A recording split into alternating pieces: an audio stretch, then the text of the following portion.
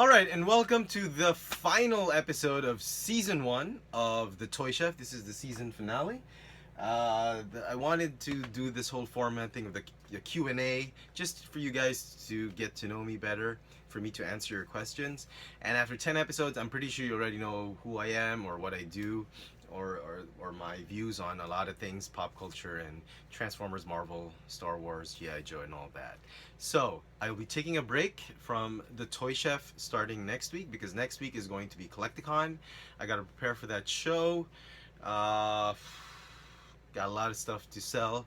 So if you're in Manila on the 17th and 18th of September 2016, you might want to head on to SM Mega Mall. And there's one Mega Trade Hall. We'll be selling a bunch of stuff. There's a lot of collectors there. I'll be sharing a table with Kramer, Toy Warden. So go check us out next week. It's a week and a half from now. For season two, I'm planning to change the format a little bit of the Toy Chef. There'll probably still be Q&A, but I'd love to feature some guests, or maybe I'd like to feature some toy collections or toy shops, hobby shops, do a little toy hunting. Let me know what you guys think. So, no questions yet. If you have questions, reserve them for season two, because season one is coming to a close. All right. With that, let's begin the questions. Josh Wolf, do you agree with me? It's been a bad year for summer movies. Not if you like or hate it, but box office. Well, for DC, yes, it sucks. But for Marvel, and some of the other movies, it's pretty okay. It's okay. You got Star Trek, Doctor Strange coming out, Civil War. It's pretty good, man. Not that bad. Okay, Yolde 8. Hey man, been watching you for a couple years now. You're one of the best dynamic pose guys in the biz. Hey, thanks, man. But I'm really digging these Q&A to camera vids, man. Keep up the good work. My brobot. Much love, many blessings from Scotland. Yolde 8 still asks, if I forgot to ask you a question. Okay, who is your favorite classics figure, Henkei figure, universe figure, generations figure, piece? The Fembots, definitely. I've said that. RC, but for the Decepticons, I'm very partial with Cyclonus, the deluxe class. Okay. Okay, I wanted to talk about this one. The Duke 013 just saw there was an explosion in Manila at the night shopping center. Hope you and yours are all right. It's in the Philippines, but not in Manila. For those of you who don't know, here's a map of the Philippines. Here we go. Here's China. Here's Borneo. Malaysia is here. Singapore and Southeast Asia are here. And this is the Philippines right here. There's 3 regions in the Philippines: Luzon, Visayas, and Mindanao. Visayas are a bunch of islands. Luzon is like the main island, and Mindanao is the island and a few smaller islands in it that are like Muslim and Christians communities together. And the bombing happened somewhere here, a little bit down south in Davao. Davao, right there, a little bit southern part of here, lower part of Mindanao. It's predominantly a Christian community, but it is the hometown of our president, President Duterte, and that's where he is. That's where he grew up. That's where he came from. That's where he was mayor before he became president. And it's sort of, the terrorists were like making a statement, let's bomb his hometown and stuff like that. So I live here in Manila, and here it's pretty far, but it sucks. It sucks for everything, for everybody here in Manila and the whole Philippines. It sucks. The terrorists still find their way to get there, and I hope the government, the authorities, find out who's responsible and make them pay for it. So thank you for your prayers. Thank you for your concern. I'm okay. I live in the in the main part of Luzon, the national capital region, which is up north. The bombing happened down south in that lower part of the Philippines. My father-in-law lives to the west of Mindanao, which is Zamboanga. It's not too far from Davao. Okay, so we're okay. Thank you, ma'am. Dr. Prime, FX Chef, love the vids. Two questions. Do you think Titan's Return will give you a set of Seekers, maybe Voyagers? Headmaster Seekers, I'm not that interested with that. I'm guessing after Titan's Return, they'll come up with something like the Titan's Return, like the Headmasters. So the next one would probably be Target Masters, and I think the Seekers might fit into something like that, like guns turning into robots. That might be more feasible. I don't know. I'm just guessing. I don't know what Hasbro will do after the Titans. I hope they do the Target Masters. So we'll see. Focus. Just focus a bit. Oops, sorry. Excuse me. Okay. Huh. Ricardo Bruno. He says he bought Titans Return Galvatron, Skull Cruncher, and Hardhead. Hardhead has increased on BBTS from $36 to $70. Why? He's pre-ordered Hybro. Oh, I guess your question is I'm gonna get the legends as well. I'm waiting for my Galvatron and Wheelie, which I've pre-ordered. I'm super tempted to get that Hardhead. And if I have any more money, I'll probably get Scourge and the rest. So, but they're pretty expensive. They're like double the price of what the Hasbro is going for. Hasbro version is going for. So, Autobot Gamer 21. Do you think Hasbro will make more animated series based off the current Transformers toy lines? I hope so. Robots in Disguise. They've got a good run. I hope they do it. Second question: are you gonna pick up Unite Warriors X Megatronia? I'd love to.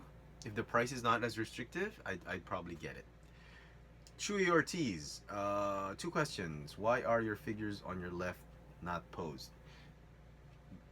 Long story. Well, most of them are not posed anymore because there's no space. What are your thoughts on the upcoming Star Wars Rogue One 3.75-inch figures? It sucks that they're 5 points of articulation, but if I just need that scaled figures to complete the shelf, and if I go through the Walmart channel, the Black Series, it's gonna take forever and it's very expensive. It's a cheap way of just putting 3.75-inch figures or 4-inch scaled figures on your Star Wars shelf that are not posable. So I'll probably get them, but not all of them at once. I'll wait for some to go on clearance. Do you plan on getting Takara version of TMR Galvatron or Titans Return Galvatron? I'm hoping to get it. Hopefully I'll get it from Matthias Morcubus. So, John Bunyi. I asked what are your thoughts on comics and movie adaptations being more politically correct in terms of race or gender? Are they sellouts? You know what? I'm really okay with it. It's just a way of Disney or any others. They're trying to get everybody to like pop culture, the comic book genre. It's not just for nerds, for geeks. And what I like about it is it's not just exclusively for boys. Back in the 80s, comic books were mainly sold to boys. And if you remember the story I told you about Alex liking Star Wars and Transformers, and the teacher made a comment that she was weird when she was in the... This happened when she was, I think, in the second grade, just last year. And I made a hissy fit for that teacher to just... that's not the right thing to say to a kid, because Star Wars, Transformers, they're not gender specific now, and I made it clear to her that they're both for boys and girls. And I think that's what's happening, that all these pop culture things are for everybody. Whatever culture you belong to, you can appreciate something like that, and it's not specifically for boys or for girls or for whatever. And you know what, I wouldn't be surprised if sooner or later they're cross-selling My Little Pony or even Barbie dolls to not just girls, maybe some boy collectors, or I mean, you shouldn't.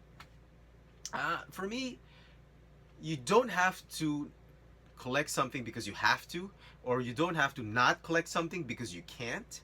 My thing is, it's a free world. You collect what you want, and for me, it's like saying cosplay. If you're a girl, does that mean you can't dress up as Iron Man anymore or as Optimus Prime? I think that's a lot of horse duty. If you're a girl, you want to dress up as Optimus Prime or as Spider-Man, that's fine. If you're a guy and you want to dress up as Xena the Warrior Princess or or Angela. It's like so. It's what's going on now is like gender bent. I think that's the term. It's fine. It should be fine. And for movies trying to change up, uh, Harley Quinn looking something else. The Ancient One is different. Uh, what else? Spider-Man: Homecoming, different cast. I mean, who cares? What matters is that we're all people. We're all humans. We live in this universe, and we are a speck of dust. We are insignificant, and I don't think we should waste our time bickering over that. All right? Sorry, I just watched this "Where Is the Love" remix video by Black Eyed Peas. I think they're making a good point. You should go check out that video. Last question, Mixie Boy. Which X-Men BAF would you like next after Warlock's BAF? Mine are either Nimrod or Movie Apocalypse. Nimrod would be nice, or Master Mold. Have you watched any 80s cartoon recently? I'm just finished watching Mask and any 80s cartoons you liked for a comeback. I love Mask, definitely. I hope it makes a comeback. I hope Hasbro does not screw this up, won't screw this up. Which BAF after Warlock? Mr. Sinister would be nice.